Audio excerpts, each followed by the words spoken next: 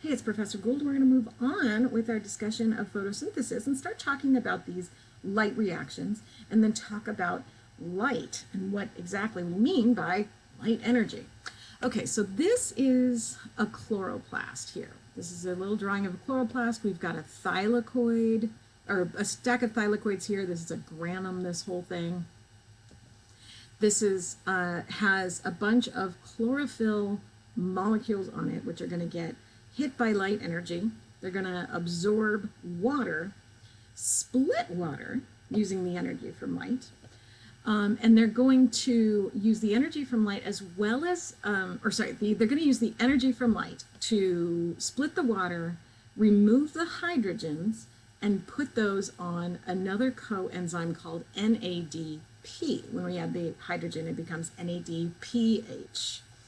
If you're thinking, isn't there an NAD that becomes NADH in cellular respiration? Yes. Why is it NADPH? Because that's what evolution used. We're also going to use this light energy to create an ATP. So an ADP gets phosphorylated to create ATP.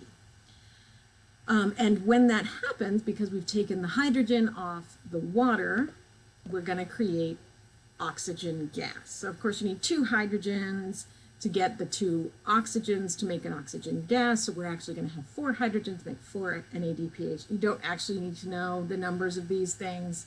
I just want you to know this light-dependent reaction is also dependent on water, and it's going to create hydrogen carriers and ATP. If you're thinking, this seems kind of similar to what we did in cellular respiration, hang on, it gets even more similar in a minute. So let's talk first about what we mean by light energy. Light is actually both particles and waves. Complicated. That's for a physics class. For this, we're just going to talk about the fact that light moves in waves, and depending on the length of those waves, literally how far it is from the top of one wave to the top of the next wave, that's the wavelength. Depending on how far that length is, the light energy has different amounts of energy in it. The highest energy waves have the shortest wavelengths, and the lowest energy waves have the longest wavelengths. So these over here with the short wavelengths, they're going, oops, sorry.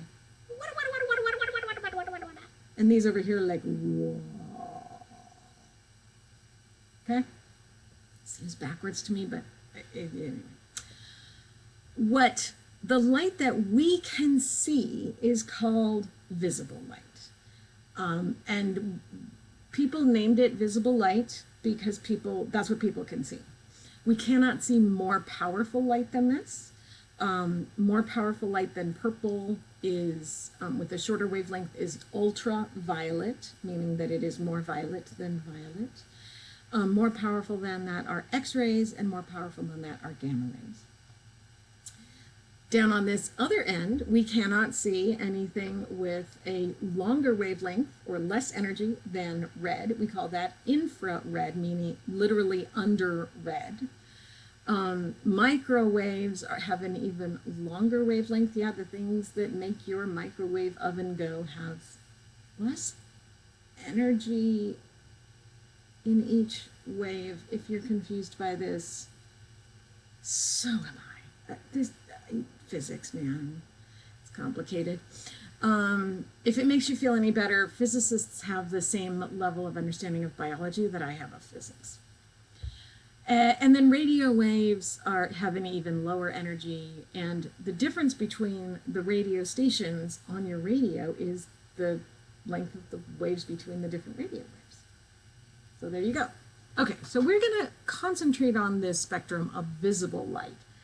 But be aware that just because we can't see it doesn't mean there's no animals that can see it.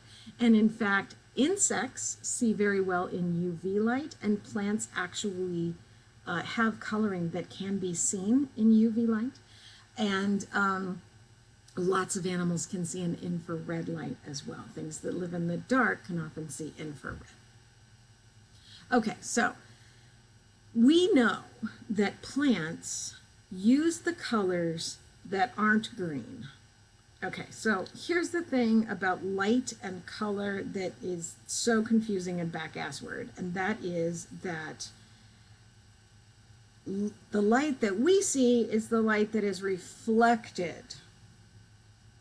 Okay, so the light that's coming in, when we see all the light colors, is white because it's reflecting everything, all the colors. The things that absorb all the colors appear black, unless I have that backwards, because fuck light, it's so confusing. Okay, but here's what I do know. Okay, plants use, and other photosynthetic organisms that are green, they use blue and purple as well as red and orange. They tend to not use these greens and yellows, and different plants that have different green colored leaves are using different parts of the light spectrum. Okay. How did we figure this out? A scientist named Theodor Engelmann did a really cool experiment in 1883. He took an algae, a photosynthetic algae, which is a protist, and he put it on a microscope slide with non-photosynthetic bacteria. Okay, and then he shined light through a prism. Prisms separate the wavelengths of light into a rainbow. That's what a rainbow is. It's actually light prisming through rain droplets. And what he discovered was that the non-photosynthetic bacteria clustered in the areas where the red light was shining and in the areas where the purple and blue light was shining. What he inferred from that is that these areas were the areas where the photosynthesis was happening, because photosynthesis produces oxygen.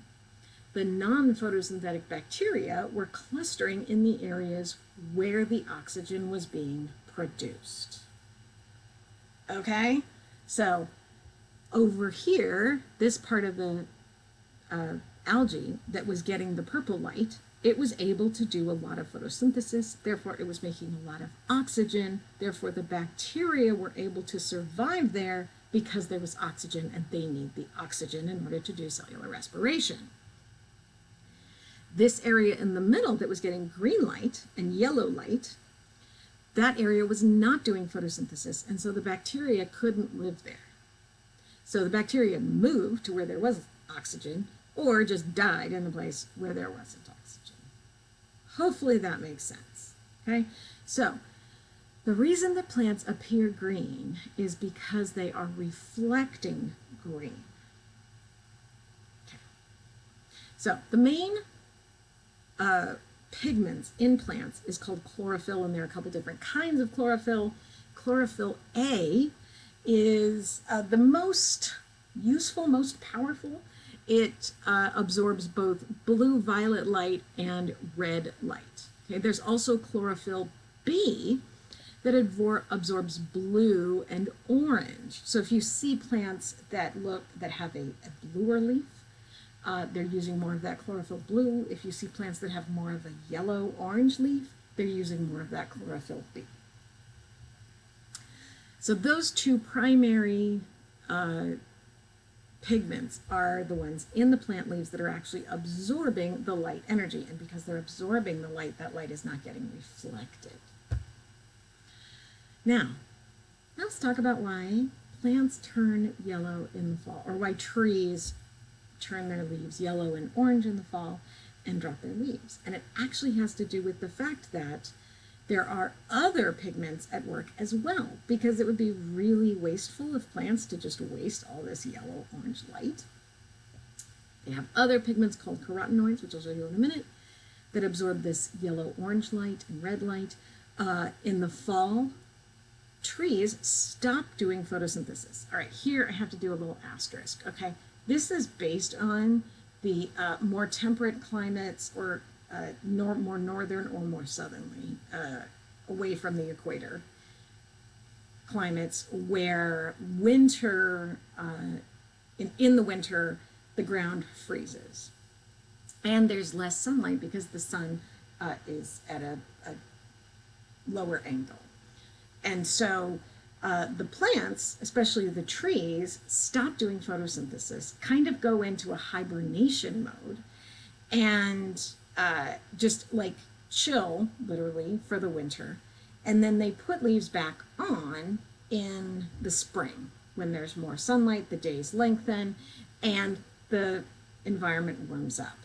Now, we have trees like this in Southern California, and they spend their lives very, very confused because they, as the days shorten, they start to turn their leaves red and orange and drop their leaves, and then it never freezes, and they start putting their leaves back on like in December. They're just very confused. They have a much longer growing season. Things that evolved in this environment are chaparral plants. They actually have a reversed growth season. They grow in the winter and they go into sort of a hibernation in the summer. That's why you see a lot of plants that like die in the summer. They're like, yeah, I'm not growing. There's no water. We don't get rain. So we have a reversed. We'll come back and talk more about that when we do ecosystems. Just be aware that that's happening. So these trees that are dropping their leaves, turning orange, making all these pretty colors, what's happening is they stop doing photosynthesis. In the leaves, the pigments then break down, and chlorophyll actually breaks down first. So the other pigments actually last longer, so we see them. Huh, I know, right? Okay, so we have, here's chlorophyll A absorbing in this purple and blue light, 400 to 500 wavelength. Chlorophyll B doing kind of this lighter green color, absorbing this blue light, and then the carotenoids absorbing a little more of this green, bluish greenish light. That hangs around longer and reflects all of this yellow and red. Huh, there you go. Okay, so when this end of the chlorophyll goes away, we're left with just these carotenoids, and all of this yellow and orange gets reflected. That's why the leaves look pretty. Okay, so back to light. I know this is a lot about light. All right, so light is, in addition to a wavelength, it is also a particle, and it is made up of particles called photons, which are little pieces of light energy, little bundles of light energy. The shorter the wavelength, the higher energy these little photon bundles of energy are. So the effect of these photons hitting the chlorophyll molecule is going to be to excite the electrons in the chlorophyll molecule. All right, that sounds like a whole new thing. Let's stop here, and I'm going to start the next section talking about what this means to excite electrons and what that does to the plant.